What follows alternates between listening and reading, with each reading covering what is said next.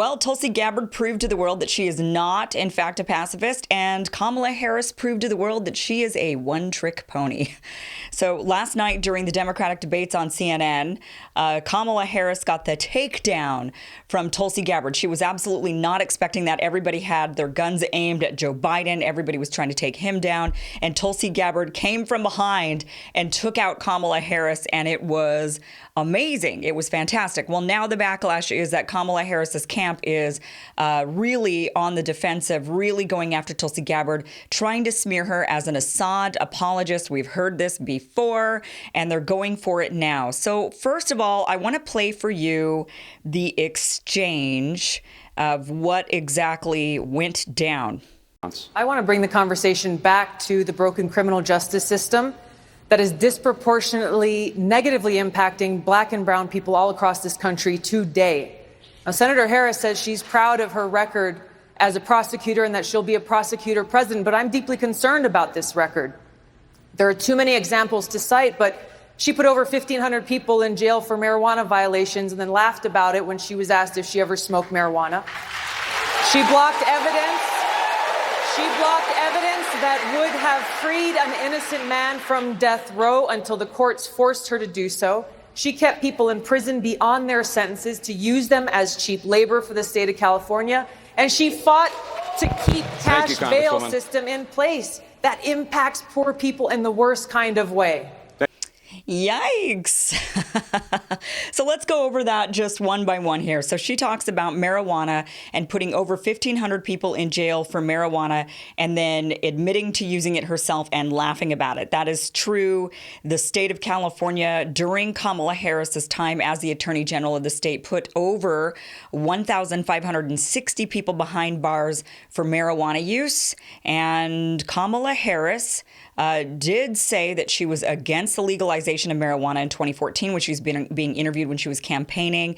And she also recently, while campaigning for president, she went on The Breakfast Club and admitted to smoking pot and apparently listening to Snoop or no, she was saying that she was listening to, who was it that she said she listened to? That it was like there was just no way. Tupac. I think that Tupac wasn't even around when she was in college, so it was kind of one of those, we don't know. So that was true. She also, Tulsi has accused her of blocking evidence that would have exonerated a man on death row, an innocent man on death row. That is still to be determined. But what happened was there's a man, and this is actually really bad, but there is a man who's been sitting on death row. When Kamala Harris was the prosecutor on his case, she blocked evidence testing evidence. He was requesting a DNA test, and she essentially refused to get the DNA test, which to me is very strange. Why wouldn't you want science to step in and see if somebody's innocent or guilty? The reason is because the criminal justice system is very broken. Kamala Harris took part in its brokenness, and prosecutors and DAs get they get pats on the back for putting people in jail for heinous crimes. And if they haven't caught the perpetrator, it looks really bad on them, and they don't end up keeping their jobs or they don't get reelected. So it is a big problem that prosecutors and DAs often, I don't know how often, but often enough for it to be a bit of a problem, will blame crimes on innocent people. And often those people are people of color. Now, this person has requested the DNA tests. Now the DNA tests are finally being taken, and the evidence is going to be looked at. But this guy, when this was going on, this was back in 2004, and now it's 2019. So this guy has been sitting behind bars for 15 years. When Kamala Harris 15 years ago maybe had the opportunity to exonerate this man and chose not to. So I think it's a pretty heinous crime if it turns out that this guy is in fact innocent, and there is apparently enough evidence to suggest that he is, because Gavin Newsom has now ordered that DNA test. If it turns out this guy's innocent, then it's really bad that Kamala Harris potentially allowed this man to sit behind bars for 15 years. Now, I don't know about you, but for me, that is the worst thing you could do to somebody, is to lock them up, an innocent person, and allow them to rot behind bars. That to me is worse than any insult Trump could sling or any the many misdeeds that Trump has been accused of, forcing a person to sit and rot behind bars, an innocent person, and stealing that many years of their life is pretty heinous. But that is still yet to be determined. Gabbard also accused her of using inmates for free labor. So what this was is that in the state of California, there's pretty much a precedent that if you're a good inmate and you get sentenced, let's say for 3 years, then you can get out a bit early, on good behavior, and they will pretty much not commute your sentence, but they'll just release you early because you're clogging up the system. They have they have dangerous people to put in there, and maybe you're not one of them. And so her office actually advocated to keep the prisoners in jail longer than they normally would be in order to use them as firefighters for California wildfires. And the argument they used was that the wildfires were going so crazy, and they were so damaging to the state, and they were so important to fight that they just couldn't release these inmates. They needed to use them for firefights, which I didn't know they were using inmates to fight fires, and that's worse than I thought when they were talking about using them for labor, because you're asking somebody to put their life on the line to fight a fire, a wildfire. You're shoving this person out there, and you're saying, and they're imprisoned, and you're telling them you have to go and fight this fire. Are you kidding me? That's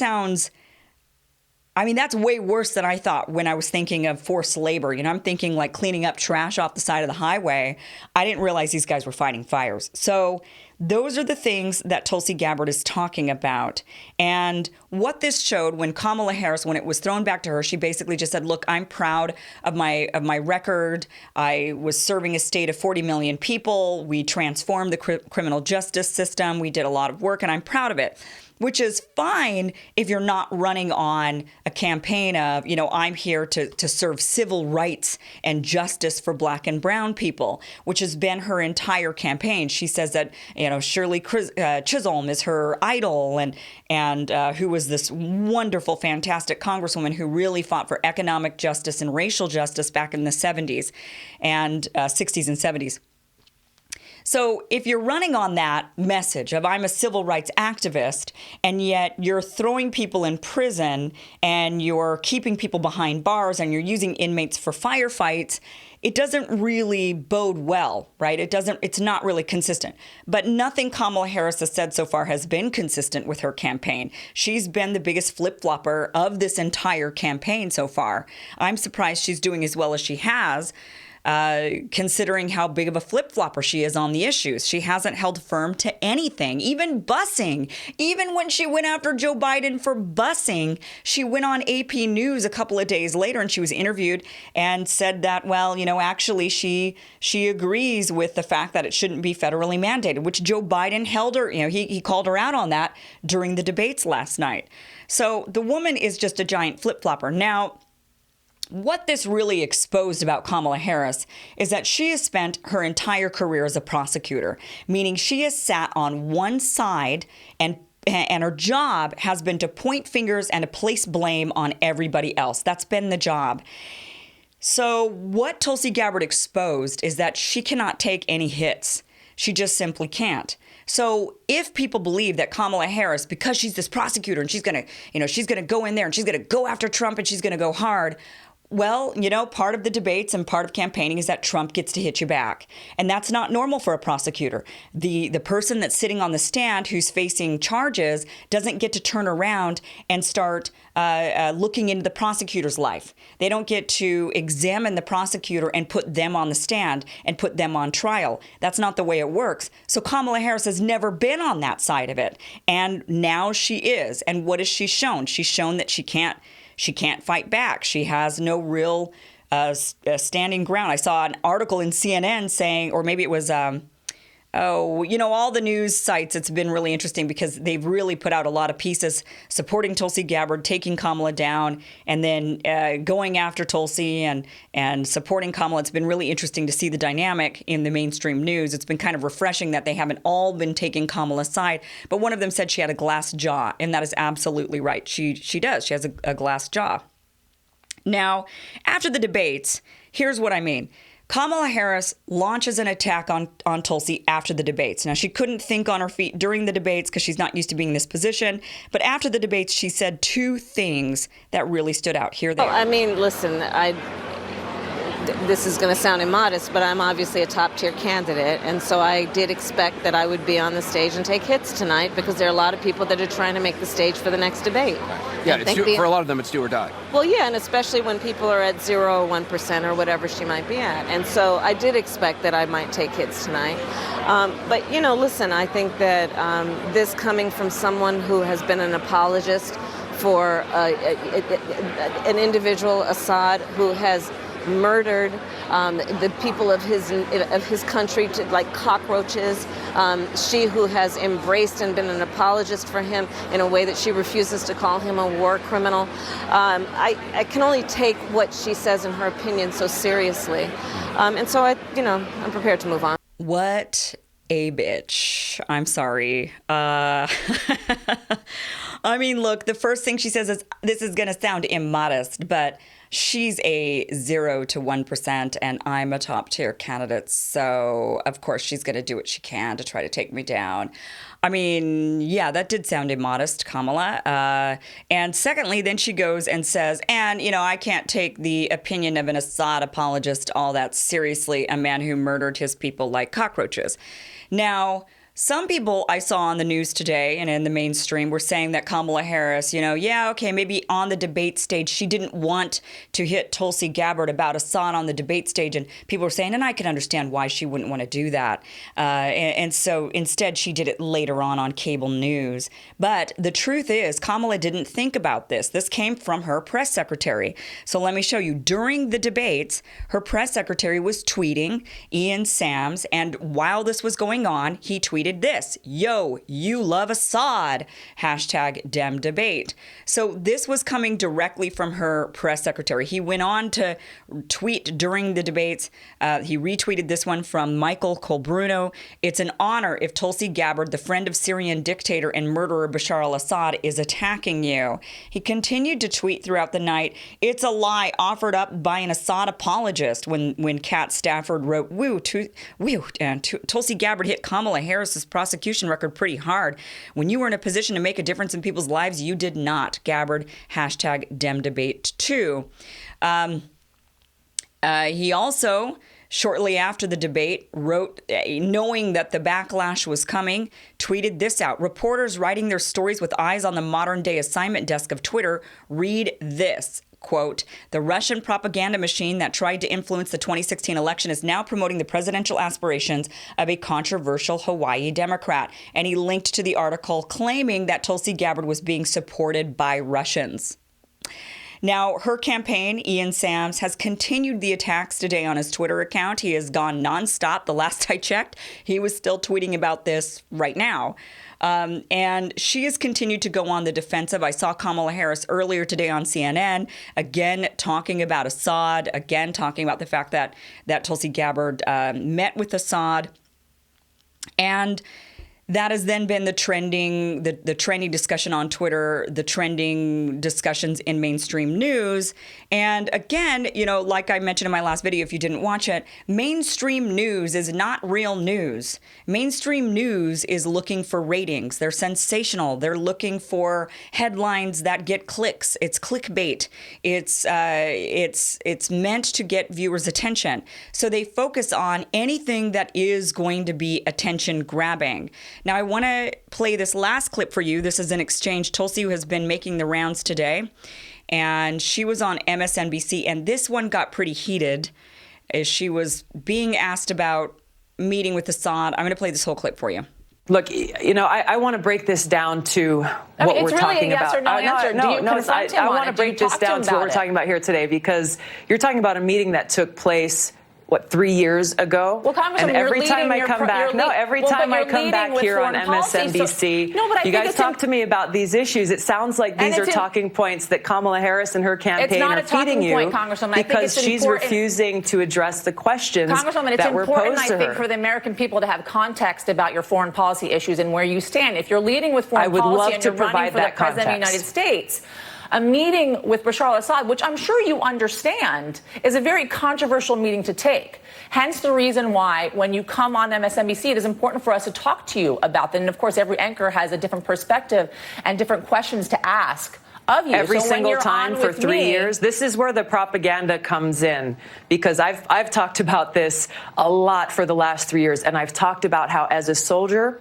I served in a field medical unit in Iraq, where every single day I saw the very high human cost of war. Every single day, the first thing that I did was go through a list name by name of every single American casualty and injury that had occurred the day before. So I will not apologize to you or to anyone Nobody for doing is asking all you that. to Let me finish. Okay. For doing all that I can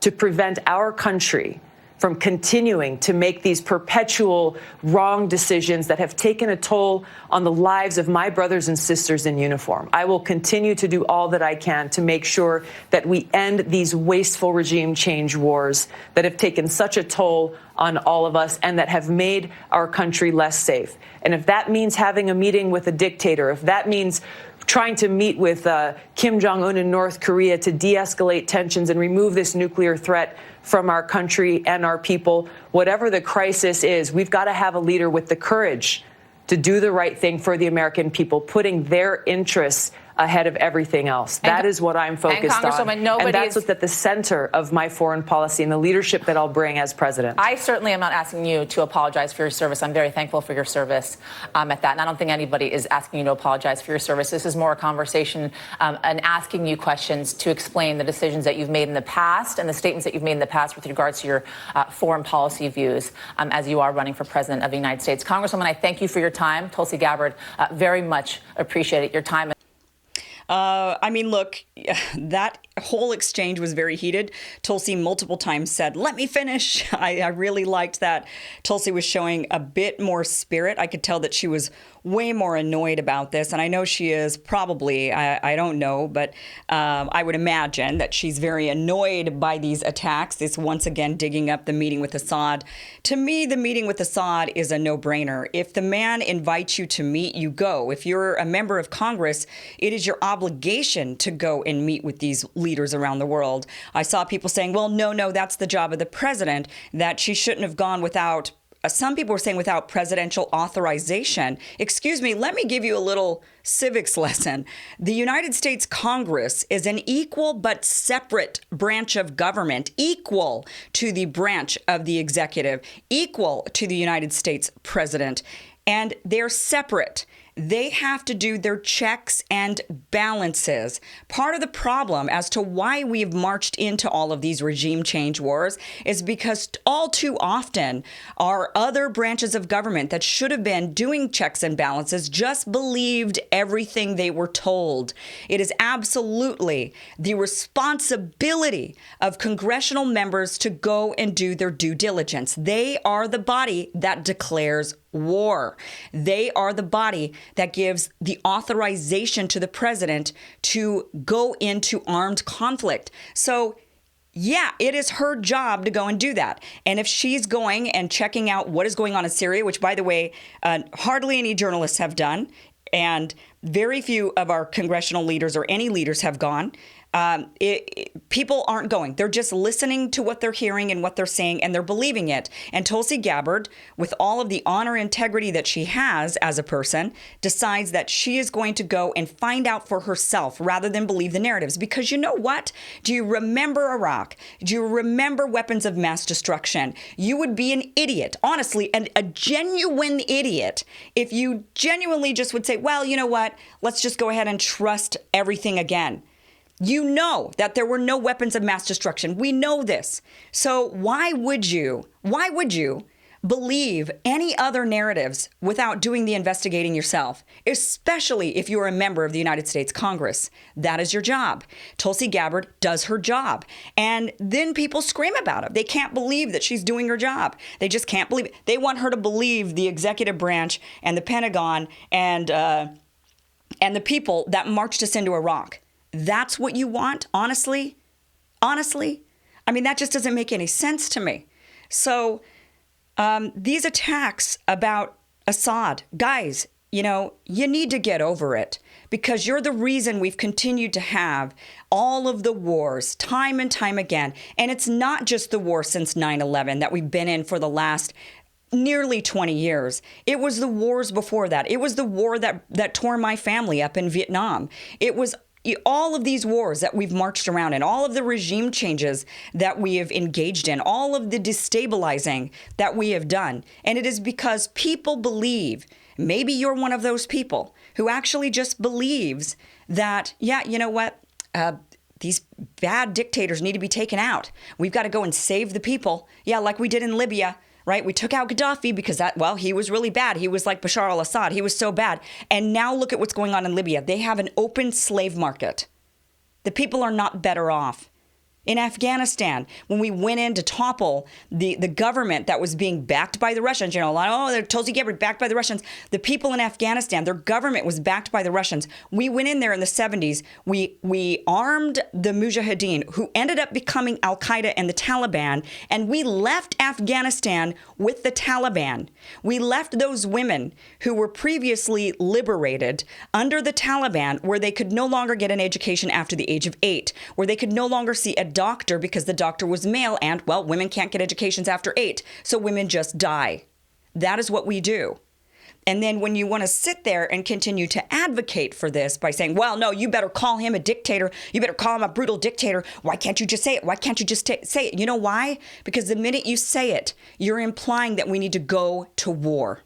That is what you're implying. You're implying that we need to go and take them out and leave the Syrian people in the hands of the radicals that infiltrated the country that had been destabilized and were ready to take over the same way the Taliban took over Afghanistan.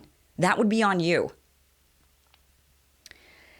So shame on all of these people on Twitter who cannot learn a lesson, who apparently can't read history books or the news or do research or understand that the United States has engaged in pretty dismal foreign policy for quite some time. Shame on ya. And good for Tulsi Gabbard for standing her ground and never backing down and not being a flip-floppy, wishy-washy like Kamala Harris. Very, very proud of Tulsi and how she has stood up for us. She stood up for us. Thank you so much for watching. Don't know if this video is going to stay up because I don't know how they're handling the clips. It is really a shame that CNN and MSNBC and all of these networks are kind of, especially with the debates when they were streaming, when people were streaming them, they were forcing them to take those streams down. That to me should be not allowed. It should be because the debates should be for public consumption and not for only people who have cable. But with these clips, sometimes they flag these videos and they force us to take them down. So we'll see how long this one lasts. But thank you so much for watching. If you would like to support this show, I would appreciate it. I often get demonetized whenever I talk about things like Assad, war, terrorism, Iran, North Korea. All of those tend to get demonetized. My links are down below, Patreon and PayPal. Thank you so much for your support.